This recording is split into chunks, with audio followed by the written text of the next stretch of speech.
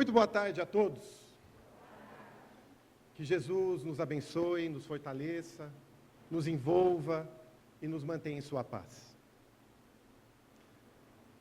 Primeiramente, gostaria de agradecer a oportunidade de retornar aqui à casa de Jesus, que tanto afeto e afinidade comigo se caracteriza. Agradeço a todos o convite.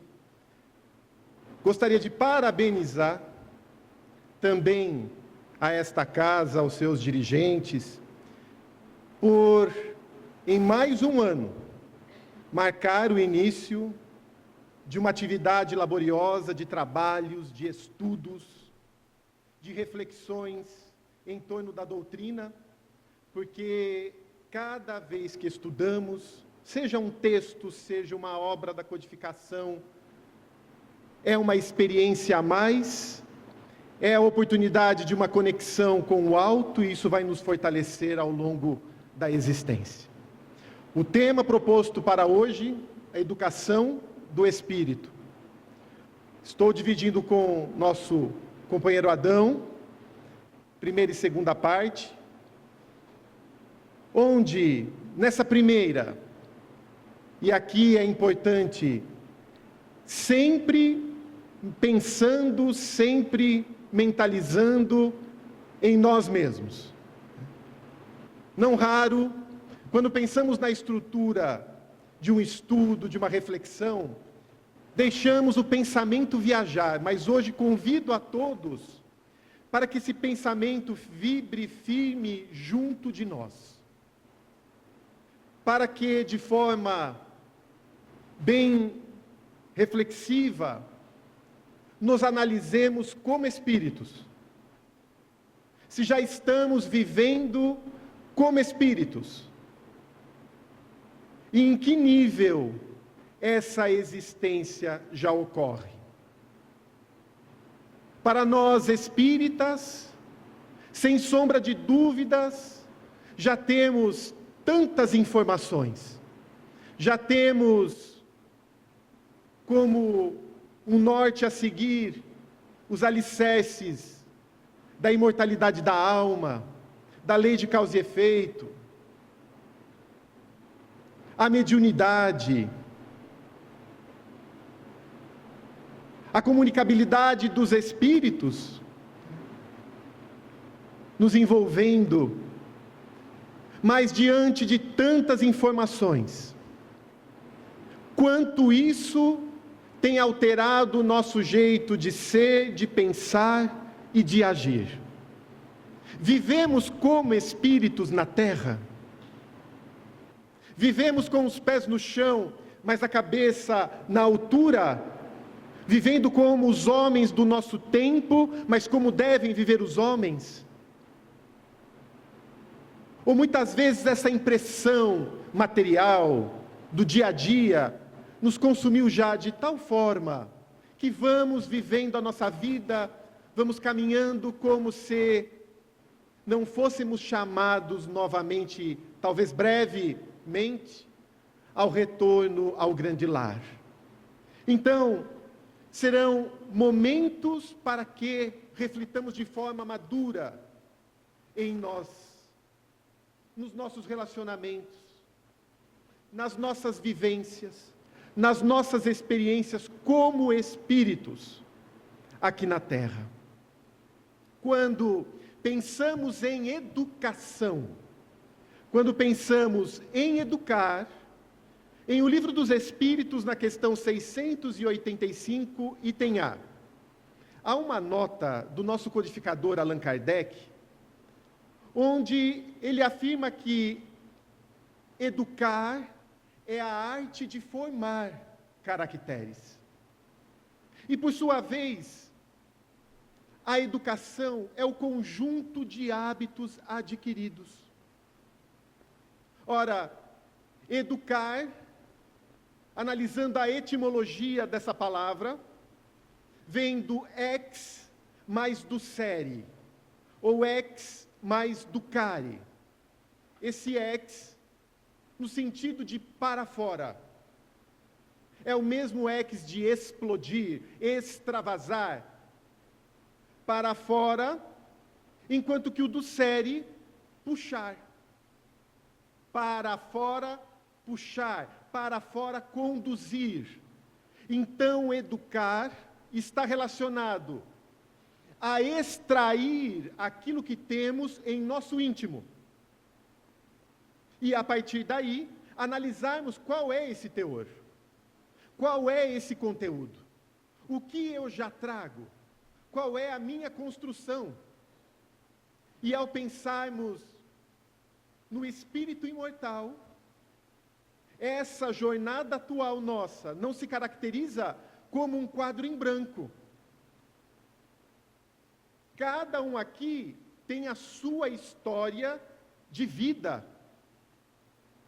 Inúmeras existências, uma só vida, mas inúmeras existências, com experiências positivas, experiências nem tão boas em outros momentos, mas que vão imprimindo ao corpo espiritual essas marcas, essas impressões, de modo indelével, inapagável.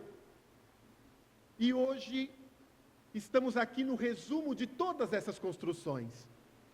Então, para eu pensar em educar, o que eu já trago dentro de mim? Até para não ficar na ilusão de ter um processo educativo em algo que eu já tenho a prática, que eu já estou diplomado, me iludindo de que estou fazendo uma reencarnação como completista, quando na verdade eu tenho que desenvolver novos caracteres. Estas foram conquistas, esses pontos são desafios, e eu tenho que atuar. E a vida vai me mostrando isso, mas não é tão simples, desde esse processo de autoconhecimento, até o da vitória sobre nós mesmos. Falei de viver espiritualmente, como espíritos, mas em que nível estamos? Em o Evangelho segundo o Espiritismo, no capítulo 11, item 8, o Espírito Lázaro terá a oportunidade de nos informar que no início o homem só tem instintos. Mais avançado e corrompido, tem sensações. Mais instruído e depurado, tem sentimentos. E o ponto alto do sentimento é? Tem oportunidade para vocês responderem. É o amor. É o amor. No início só temos o homem instinto.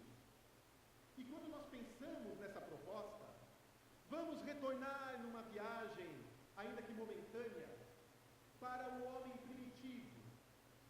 Logo depois da sua ascensão, daquela fase laboriosa, do princípio inteligente que vai se individualizando, pensemos nesse homem primitivo que compunha, por exemplo, a Terra no seu período paleolítico. O período paleolítico se classifica no paleolítico inferior, no paleolítico médio e no paleolítico superior. O paleolítico inferior vai de 2,6 milhões de anos a 250 mil anos. O paleolítico médio de 250 mil anos a 50 mil anos. E o paleolítico superior de 50 mil anos a aproximadamente 12 mil anos. Quando se inicia o neolítico, que por sua vez vai até algo em torno de 3.000 a 2.000 anos, quando surge quem? Abraão. Abraão, já com aquela postura utilizada pela espiritualidade, pois ele já tinha a concepção do Deus único. Mas nós, o que temos com isso? Vivemos eras, meus irmãos. E aquele período do instinto, o instinto de sobrevivência, da conservação, onde buscávamos a reprodução somente os nossos instintos básicos, ele era norteado pelo egoísmo.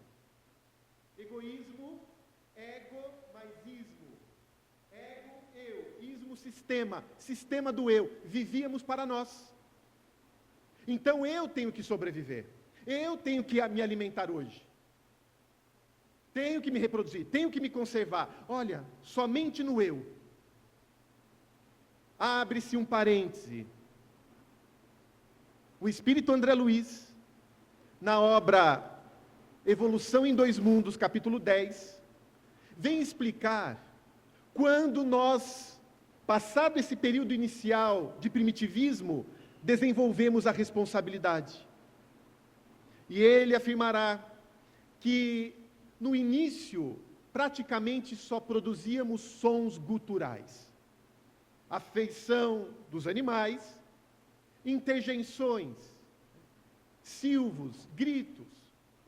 Mas a espiritualidade atenta vai trabalhando no corpo espiritual a nossa região laríngea, vai moldando-a, e com os milhares de anos, ela se ajeita de tal modo que conseguimos produzir sons e articular, de acordo com o nosso organismo, essa ferramenta maravilhosa, produzir as palavras. E a partir do momento que começamos a produzir as palavras, começamos também a traduzir as nossas emoções, aquilo que trazíamos de dentro, aquilo que já nos caracterizava. E avançando, começamos a avançar, portanto, as sensações também nesse período. Começamos a nutrir os prazeres. Antes me alimentava para a sobrevivência, agora eu sinto prazer nisso. Antes matava o outro para garantir-me, agora também o aniquilo, porque eu tenho emoções intensas e vibro por ser mais forte que o outro. Nesse período, no entanto, a ignorância nos caracteriza. Não sabemos as coisas, mas começamos a perceber, por exemplo, que a morte leva sem aviso prévio o ser querido. No momento eu estou com esse coração, no outro, de uma maneira inexplicável, ele surge. Os fenômenos do clima, sem explicação. O sol, os relâmpagos, a lua que surge. E esse homem, ainda que primitivo, vai percebendo que há algo além do seu entendimento e das suas forças. E ele percebe que ele não está sozinho. Há uma força que comanda tudo isso. E ao reconhecer que não está sozinho e que há uma força maior, diz André Luiz que aí surge a nossa noção de responsabilidade. Até então, os benfeitores espirituais nos conduziam. Eles passam a deixar que façamos as experiências. E nos aglutinamos em tribos, em grupos, de acordo com as nossas características. Há os líderes que, passando seus sentimentos, arregimentam outros corações, ficam próximos. E assim vamos avançando em meio ainda a instintos e sensações. Mas, fechando parênteses e voltando para a época de Abraão, já temos ali condições e responsabilidade para compreender que eu não deveria fazer ao próximo aquilo que eu não gostaria que o próximo nos fizesse. Essa noção de um Deus que nos norteia, de um poder supremo que nos comanda, até por medo vai nos colocando limites.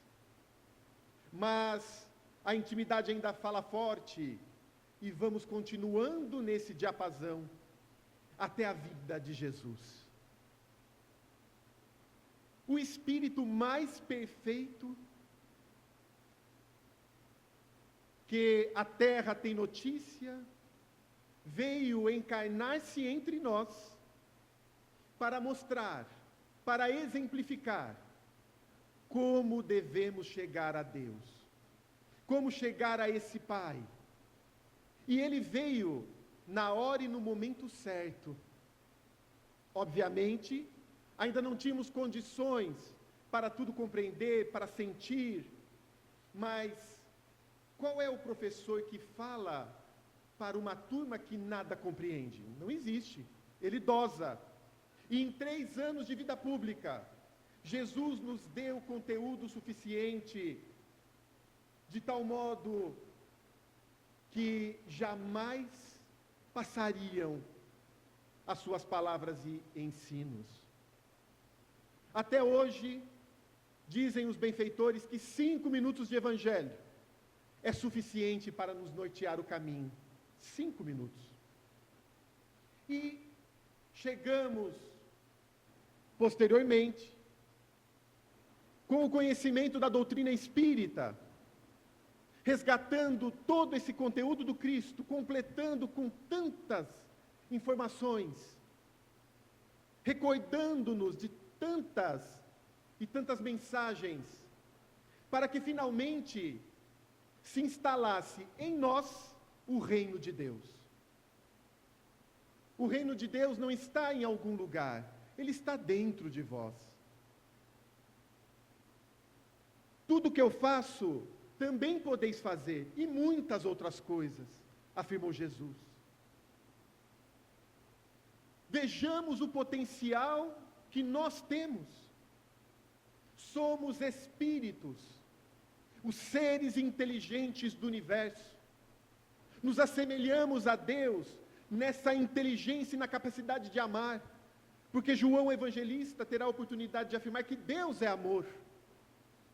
Então, na nossa intimidade, vibra uma centelha com um potencial enorme de um sol de primeira grandeza, como Jesus.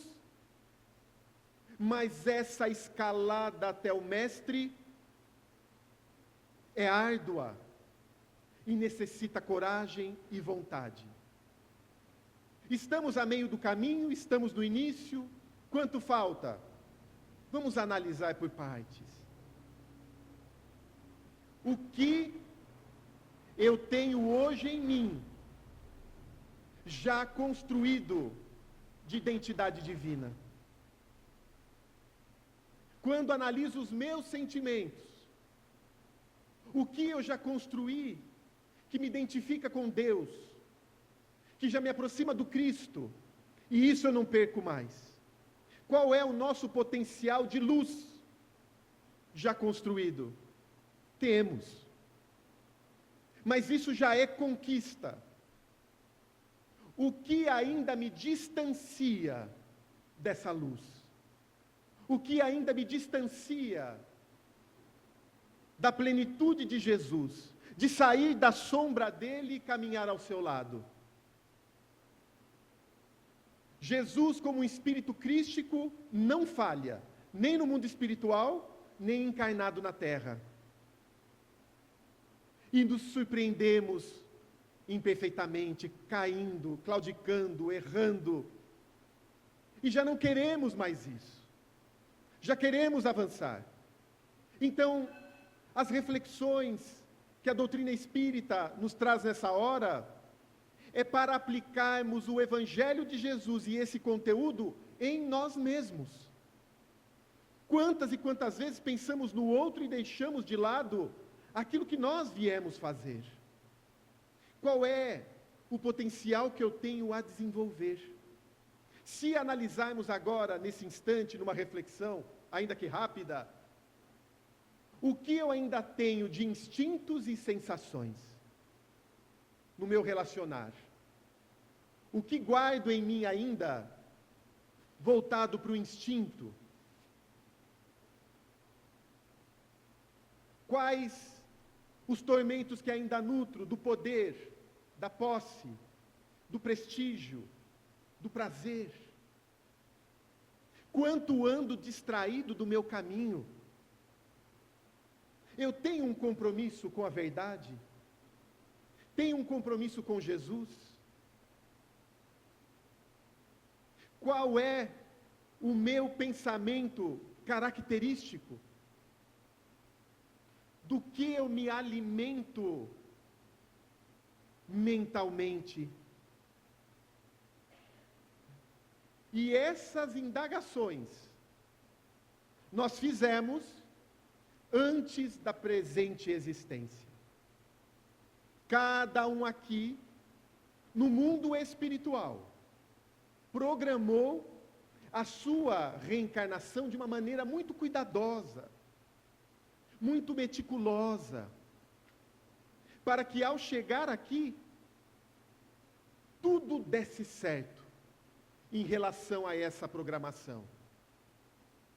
No livro Sexo e Destino, Instituto Almas Irmãs, os benfeitores afirmam que a cada 100 espíritos que de lá partem para a Terra, numa nova jornada, 18 retornam depois completistas.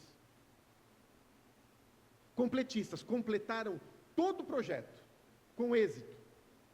22 voltam melhorados. 34 voltam imperfeitamente melhorados. E 26 voltam onerados, complicados, numa situação ainda mais difícil. Nós que estamos aqui, nos encaixamos em qual quadrante? Há alguém que está completista até o momento? Há alguém que se sente melhorado? Imperfeitamente melhorado? Ou onerado? Como fazer essa análise, meus amigos? Como fazer essa análise? Vejam, com os olhos do Espírito. Com os olhos do Espírito. Porque alguém pode falar o seguinte, ó, eu estou entre os 18. Por quê? Porque eu sofro tanto. Mas será sinônimo de ser completista o fato de sofrer? Como que eu sofro? E mais, será que eu sofro pela dor em si ou pelo meu tormento? Eu sofro porque ela é feliz e eu não. Como eu sofro os outros, tudo com dinheiro na conta, conta cheia no azul, eu no cheque especial. Ai, que sofrimento. Eu sofro porque esse tem o filho, a família formada, e eu com as minhas dificuldades, meu filho que não me obedece, a esposa que é difícil. Como eu sofro? Mas se sofrer, se não compreender o porquê, não adianta nada. Muitas vezes é rebeldia. E o Espírito Emmanuel informa que toda rebeldia indica recomeço. Está rebelde? Recomeça. Por quê? Porque não aprendeu. Então vejam onde entra a educação. Vamos extrair de dentro? Extrair, né? Educar, extrair. O que eu trago? A gente fez isso no mundo espiritual. E aí a gente foi extraindo e percebeu que, olha, eu ainda trago vibrações de ganância. De ganância. Eu não me conformo, eu quero mais. Vejam que é diferente de ambição e progresso. Ter uma ambição moral é muito positivo. Quero ganhar virtudes. Mas a ganância de ter. Eu percebo que eu tenho essas vibrações. Eu percebo que eu sou irônico. Ironia. Estou sempre ironizando. Se olharmos a escala espírita, questão 100 de O Livro dos Espíritos, estaríamos lá naquelas classes mais tristes, né? Mas eu percebo ainda o que eu vou extrair, eu percebo que eu tenho inveja. E às vezes eu tenho inveja de pessoas próximas. E eu fico tão triste por isso, porque eu não queria sentir, mas ainda sinto. Numa família eu tenho 3 filhos, e eu prefiro um, os outros nem tanto. E eu me sinto mal com essa situação, por quê? E por que eu sinto que essa esposa me impacienta? Estou extraindo. Eu tenho impaciência. Eu tenho, igual falei, o autoritarismo, a exigência. E é importante nós abrirmos isso para identificar. E fazendo isso no mundo espiritual, analisamos igualmente o que isso nos prejudicou na caminhada. Olha, você falhou nessa existência por causa disso. Ao mesmo tempo, você teve recursos para superar, só que você se fechou para os recursos. Quais são os recursos que a vida nos oferece para a vitória espiritual? O Espiritismo é um recurso? Recurso. Que mais? A família pode ser um recurso? Recurso. Mas olha como eu preciso ter uma visão para enxergar esse recurso como apoio. No livro Nosso Lar, Dona Laura, ela começa a se recordar da vida anterior. Vinham imagens do passado.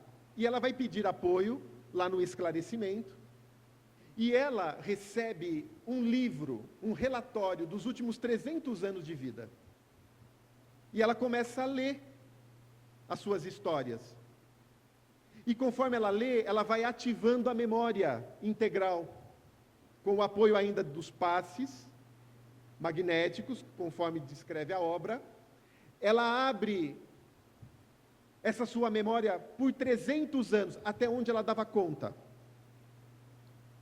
E ela, juntamente com o Ricardo, seu esposo, analisaram o que foi instrumento de queda, quais os sentimentos que, não vigiados, fizeram com que eles caíssem.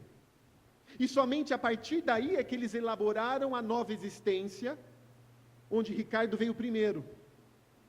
Então, lá no mundo espiritual, nós observamos isso e falamos, olha, eu tenho caído ao longo do tempo nisso, eu preciso me tratar.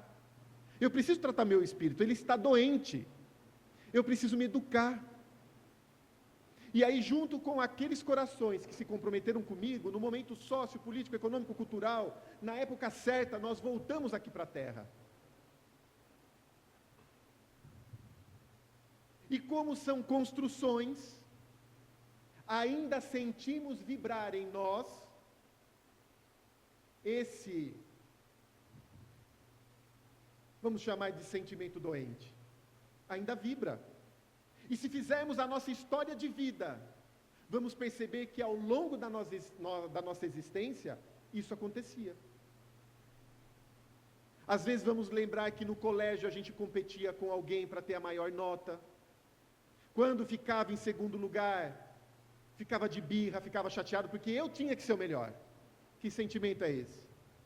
Me recordo que quando eu era pequeno, jovem, eu queria todas as coisas para mim e não repartia. É meu, isso é meu. Eu estou demonstrando o quê?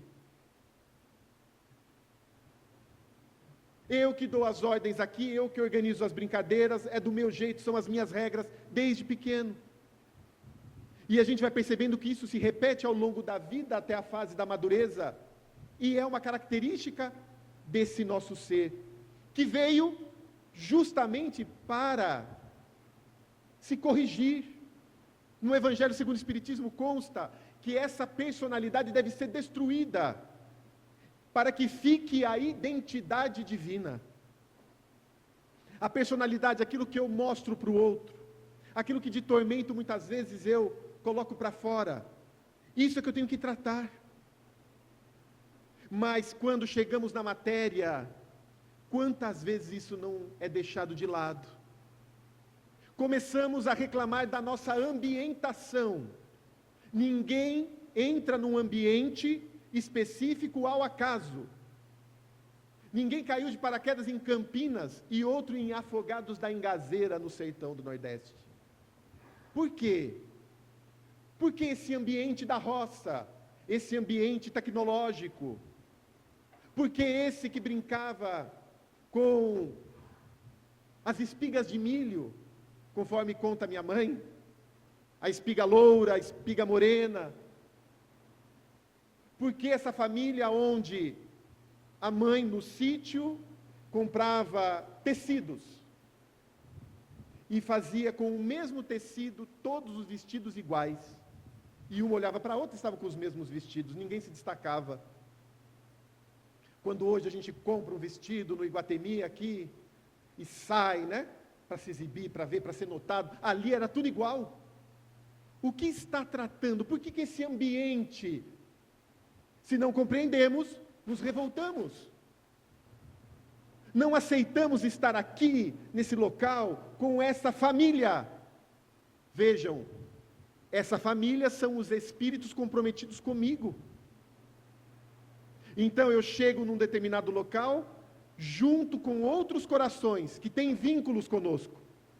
E nessa família, nós temos sinalizadores daquilo que nos falta, sinalizadores do progresso.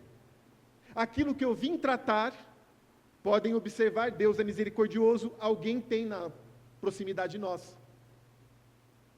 Então, se eu sou complexo demais, vaidoso demais, tem aquele que é simples de tudo. E isso muitas vezes até incomoda. É muito simples. Se a gente anda com o nariz em pé, orgulhoso, eu sou bom, eu sou melhor, há aquele que é humilde, nos mostrando certas situações. Se a gente reclama, se precisaria estar de outra forma, há aquele que aceita tudo, que renuncia.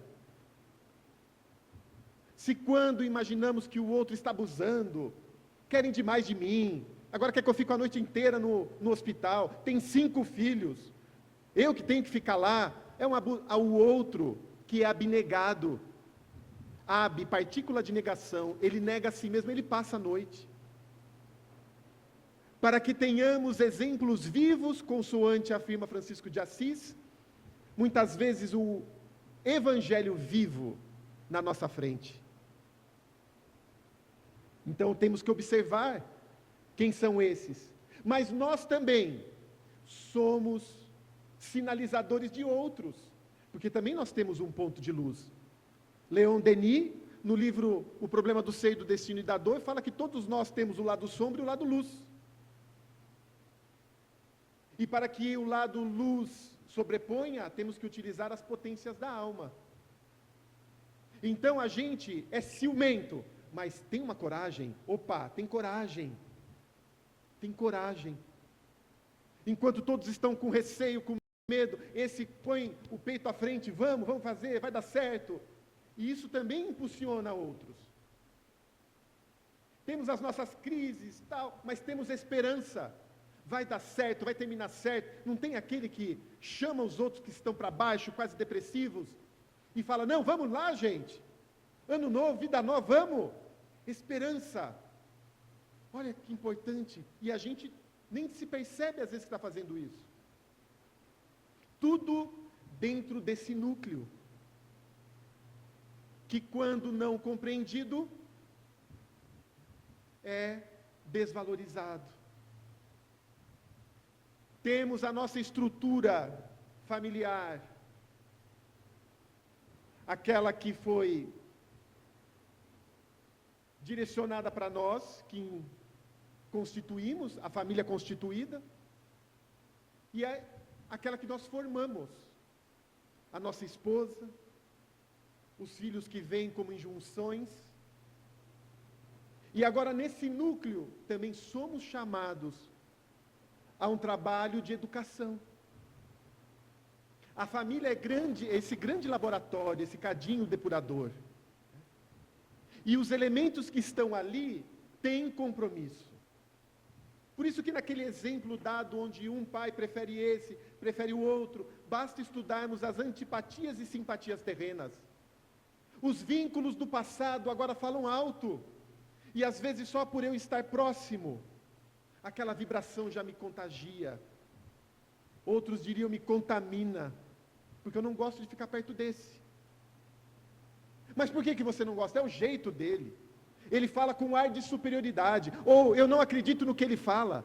Tudo que ele fala parece que ele está contando vantagens, é um mentiroso. Às vezes são os resquícios das vivências anteriores, onde o outro por tanto mentir, agora a gente não acredita. E às vezes o papel é o inverso. Temos uma esposa que é desconfiada, um marido desconfiado, mas eu dou provas de fidelidade, mas ele é desconfiado. Pode ser as mesmas vibrações do passado onde eu delinqui, e que agora ainda vibram em mim, e eu tenho que reparar, que fazem com que o outro ainda não sinta a minha honestidade. Então, dentro desse laboratório, eu tenho que estudar o que estou aprendendo, o que sinto com esse, o que sinto com aquele. Lembrando, estou em prova muitas vezes. Esse é o momento da minha prova. Esse é o momento em que eu estou sendo testado. Já que a educação é o conjunto de hábitos adquiridos, quais são os nossos hábitos? Mentais. Quais são os nossos hábitos mentais? Porque eu quero saúde para o espírito. Os meus hábitos mentais são saudáveis?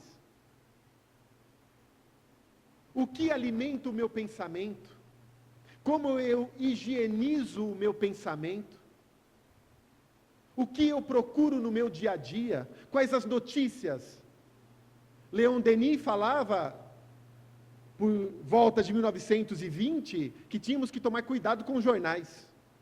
Eu fico imaginando ele agora, no mundo espiritual, observando as redes sociais, né? As informações que nos chegam, aquilo que nós vamos pensando. Nós podemos criar vínculos com espíritos que nem conhecemos, porque a gente vê a notícia e vibra mal, passa a ter ódio. E quando eu emito o pensamento, é uma onda eletromagnética que eu emito, e ela já não mais me pertence, ela voa o cosmos, e chega até o indivíduo, e eu crio uma sintonia, que pode ser muito prejudicial, sem contar o quê? Que naquela frequência de onda, os espíritos que estão nessa mesma faixa vibratória, se vinculam e me procuram. Então eu posso me desestabilizar a partir de um vídeo que eu veja, de uma notícia que eu alimente, de uma ironia que eu simplesmente ache que é um passatempo. Mas não estamos nos alimentando com aquilo que é saudável para o espírito, porque nós não estamos vivendo como espíritos. E o que é viver como espírito? É estar online, se a gente puder dizer assim.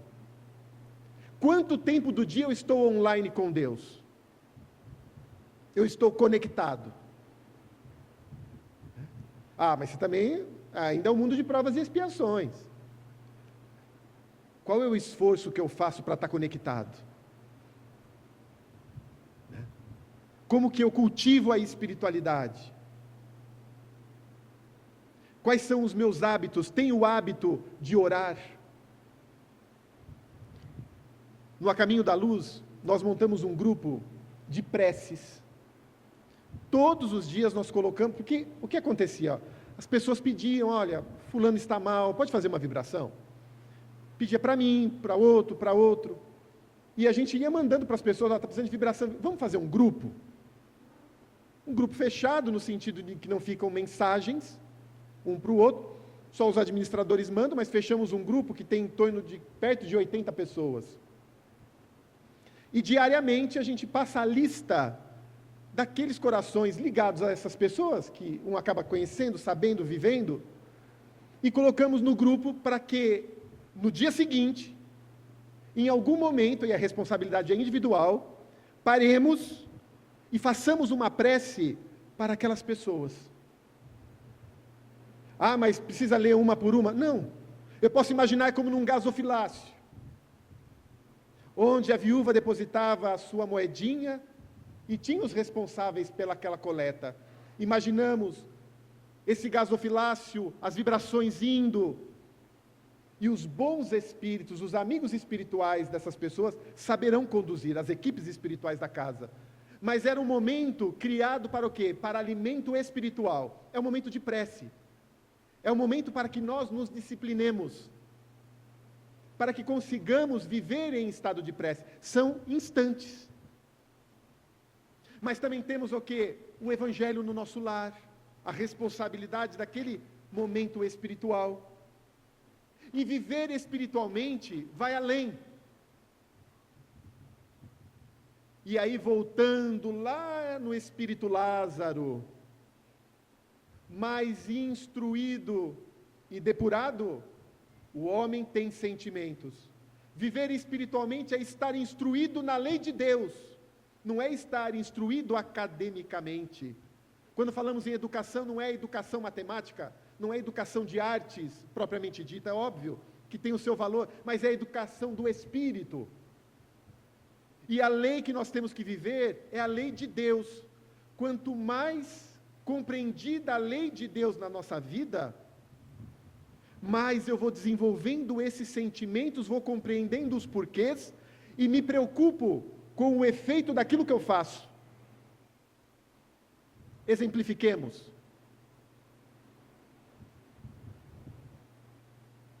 Livro Vinha de Luz, capítulo Liberdade. Espírito Emmanuel, entre outros exemplos, e ele vai discorrendo de forma muito própria, puxando a nossa reflexão. Ele diz: imagine, por exemplo, algum de nós, e agora falando com as minhas palavras, que foi surpreendido numa calúnia, foi difamado. Não raro, o que nós gostaríamos de fazer? Ir lá e tirar conta. É mentira isso daqui. É mentira. É despeito, é invenção, eu não sou assim, eu não fiz isso. Ele diz: se fizer isso, já perdeu. Vamos pensar de acordo com a lei, meus amigos? Quando eu estou sendo, entre aspas, vítima de uma maledicência ou de uma situação dessas, todos aqui já têm consciência que não há vítimas, que se na terra existem injustos e existem injustiças, não há injustiçados. Emmanuel fala que é o momento de nós compreendermos que estamos diante dessa lei e que, por compreender que ninguém tem aquilo que não merece, aquilo que nós estamos passando é uma oportunidade de reparação do passado. Então não temos que ir lá com violência ou de qualquer outra forma tirar a limpo. Deus é o nosso advogado no caso. Por isso que Joana de Ângeles pede a Divaldo Franco: não se defenda, o seu advogado é Jesus, se você merecer. Quando olhamos no Sermão da Montanha, bem-aventurados os que são perseguidos por causa da justiça, deles é o reino dos céus. Por que perseguido por causa da justiça? A justiça divina dessa lei, ela é misericordiosa, ela não é vingativa, mas se não nos renovarmos, chega um momento que ela vem. Ela vem. No episódio do circo fluminense, que ficou muito conhecido, aquele acidente, aquele incêndio no circo, pouco tempo depois o espírito Humberto de Campos publicou A Tragédia no Circo, falando e explicando para as pessoas que os indivíduos que estavam naquele circo foram aqueles que promoveram a perseguição aos cristãos lá pelo século III. Numa noite onde eles receberiam a visita de um general romano e queriam promover algo que ele não tinha visto até então. E aí pensaram em dançarinas, em animais exóticos, até que um disse: ele já viu de tudo isso?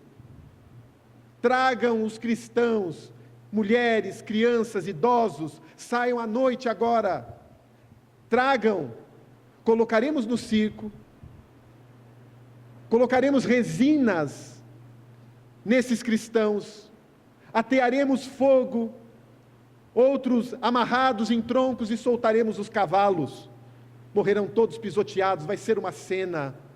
E assim foi feito. E tiveram a oportunidade, depois de perguntar a Chico Xavier: mas por que Deus esperou tanto? Isso foi no século III, o episódio do circo foi no século XX. Por que Deus esperou 17 séculos para a expiação? Ao que Chico respondeu: Deus não tem pressa, Ele é misericordioso. Ele deu tempo para que as pessoas, caindo a ficha, tentando se renovar, mudassem a própria vida. Mas muitos se resguardaram desse trágico episódio. Muitos se renovaram. Mas aqueles que foram imutáveis ao longo do tempo, através dessa expiação dolorosa, deixaram muitas vibrações intensas. Pensando em termos da lei espiritual, tem alguma coisa que eu estou fazendo hoje que a lei vai me cobrar depois? Senão a gente não vai sair o quê? Desse círculo de dores, lágrimas e ranger de dentes. Eu estou vivendo de acordo com a lei, com o Evangelho? Estou bem. Agora estou fazendo algo que a minha consciência, onde estão escritas as leis de Deus, elas me acusarão. Porque, de acordo com o Código Penal da Vida Futura, no livro Céu e Inferno, não há um milímetro dessa lei que, se eu ultrapassar, não será cobrado. E quanto mais recebemos, mais seremos cobrados. Às vezes a ingratidão poderá cobrar alto através de remorsos. Uma atitude pensando somente em nós, no nosso prazer, no nosso poder, na nossa posse, no nosso prestígio, poderá cobrar alto. Vale a pena? Vale a pena? Na verdadeira propriedade do Evangelho segundo o Espiritismo consta que nós só levaremos daqui aquilo que recebemos ao chegar. Valores morais, inteligência espiritual e conhecimentos. Conhecimentos, as experiências que nós temos. Elas ficam gravadas, a experiência viva de um contato com uma criança, de uma pessoa que sofreu e ajudamos. Nunca me esqueci um contato que tive com meu avô na roça, no ano em que ele desencarnou, ele falando: não deixe de trabalhar nunca. Ele que desencarnou com 79 anos de infarto e trabalhou no dia da sua desencarnação. Aquela experiência, vou levar. Essa inteligência espiritual, ela tem que nortear. Se eu responder isso, se eu fizer isso, ali na frente eu vou ter que devolver. Se eu der esse jeitinho, esse desvio, pensando no benefício material, a lei vai me cobrar. Rodrigo, mas e aquilo que eu já fiz, que ela já está cobrando? O amor cobre multidões de pecados, não é? Não podemos e não devemos esperar a próxima reencarnação. Cada atitude no bem, cada ação positiva nossa, é uma oportunidade de reparar. Imagine alguém que abortou, e com esse aborto, suponhamos que equivale a 100 pontos negativos. Cada conversa que essa pessoa tiver com uma mulher que pensa em abortar e desiste, ela ganha 10 pontos. Cada criança que ela colhe abandonada, ela ganha 10 pontos. Até que a consciência fale: está quitado. Você fez o bem maior do que o delito. Está pago. Conforme observamos no livro Voltei, irmão Jacó, onde um companheiro que havia cometido um crime estava sendo acolhido por Bezerra de Menezes no momento da desencarnação. E ao passar pela ponte, os espíritos perturbadores diziam: você foi assassino, você não merece. E ele começou a recuar e o doutor Bezerra disse: mude seu pensamento, senão você fica. Você fez o bem que suplantou o mal. Vamos, não dê ouvidos. Então trabalhar no bem vai ser a nossa maior defesa. Sentindo. É a nossa proposta de servir e não só fazer. Porque ao longo desses séculos, para servir a Jesus, na verdade nós fazíamos coisas, às vezes para que os outros vissem o que nós estávamos fazendo. Temos que agora sentir aquilo que fazemos. Sentir aquela pessoa que está diante de nós. sentir a dificuldade daquele filho rebelde que eu disse, sentir o que leva essa esposa a fazer-me perder a paciência, mas por quê? Pelo que ela fala, pelo que ela faz?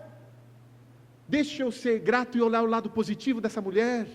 Ela não está comigo ao acaso. E pelos vínculos do amor, como reconstruir uma relação? Como renovar o meu ser? Como me preencher de perfumes? Maria Magdala, consta, diz Amélia Rodrigues, que ela se comparava a um muro em ruínas. Como posso ser atendida por Jesus?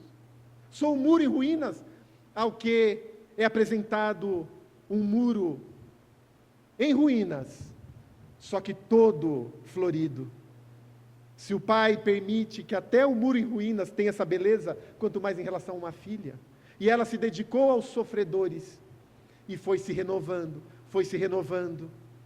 Meus amigos, o que nós trazemos que é necessário mudar? Essa mudança, estamos nós com todas as ferramentas em mãos para promovê-la.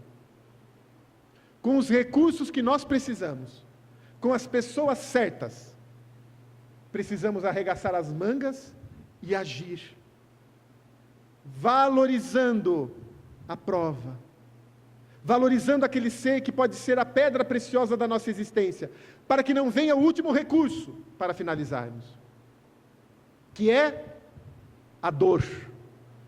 A dor atua no nosso processo educativo. Quando estamos rebeldes, vem a dor e nos derruba do cavalo, consoante a parábola do samaritano. O homem descia de Jerusalém para Jericó, saía da espiritualidade para o mundo, saía de Deus para os tormentos e as paixões, e literalmente foi massacrado ali. A dor vem e diz: você pensa que é tudo, você não é nada. Você tem todo esse orgulho, agora vai usar fraldão, igual conheço. Conheço uma senhora muito orgulhosa, que teve um AVC e teve que se utilizar de fraldas. E ela não conseguia falar, mas dava para se perceber a dificuldade, por 6 anos antes de desencarnar. Olha a misericórdia de Deus, para que através daquela dor, aquele espírito pudesse se renovar um pouco, chegando melhor no mundo espiritual. Vem a dor e disse: você não é tudo isso que você pensa, você quer mandar, agora você vai ter que obedecer. Vem a dor do desemprego, vem a dor da falência, vem a dor da dificuldade do relacionamento, vem as dores.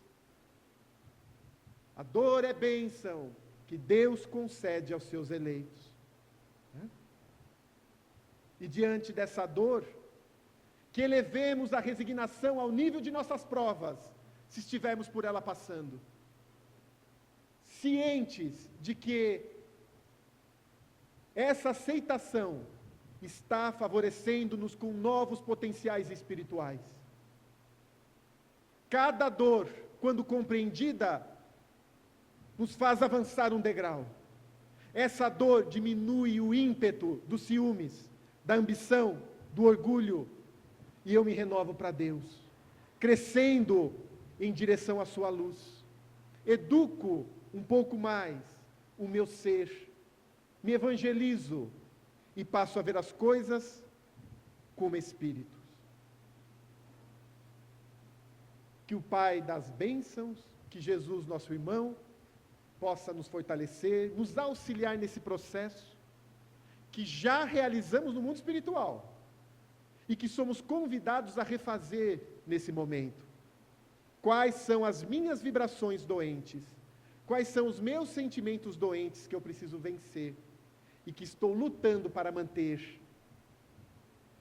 Deixa eu deixar de lado, para que eu consiga avançar mais leve, mais iluminado, em direção a esse nosso grande irmão. Com isso fechamos essa nossa primeira parte. Vamos dar um intervalo de 10 minutinhos para a sequência do nosso querido Adão, por mais um período para fortalecermos o estudo. Muita paz, Jesus nos abençoe.